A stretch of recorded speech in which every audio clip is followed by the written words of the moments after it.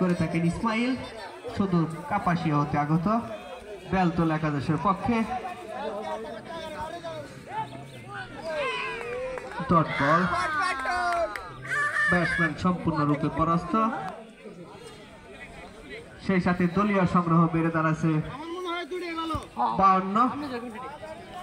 চতুর্থ ওভারের খেলা চলছে।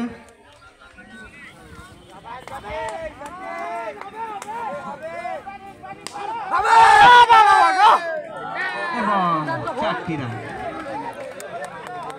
সরাসরি বলার এবং এম্পায়ারের মাথার উপর দিয়ে। আরো 4টি রান। বল চলে গেলেন সরাসরি মাঠের বাইরে। ফিল্ডারের পরিবর্তন, বোলিং এ সোহাগ।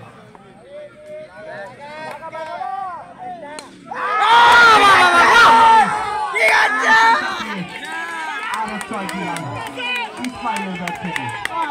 আমি আগেই বলে দিয়েছি ইসমাইল বড় বড় টুর্নামেন্ট খেলে থাকে।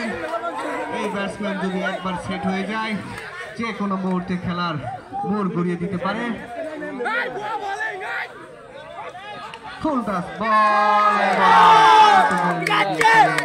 সেই সাথে আরো 4টি রান। দেখা যাচ্ছে না।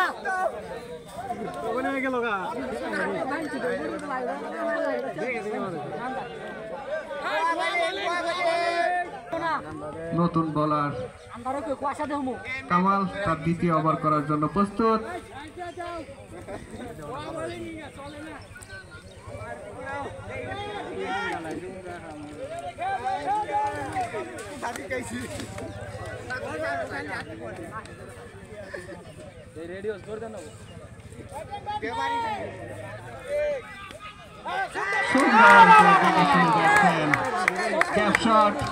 আরো 4টি রান নতুন ব্যাটসম্যান শিপনের ব্যাট থেকে।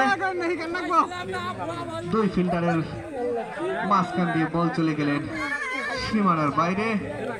সেই সাথে আজকের খেলাটি যদি বেলতলা একাদশে জয়ী হওয়ার জন্য প্রয়োজন 214টি রান।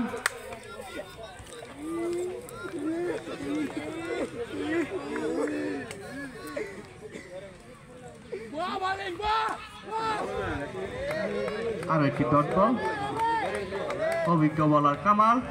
5ম ওভারের খেলা চলছে। ব্যাটসম্যান শিপন।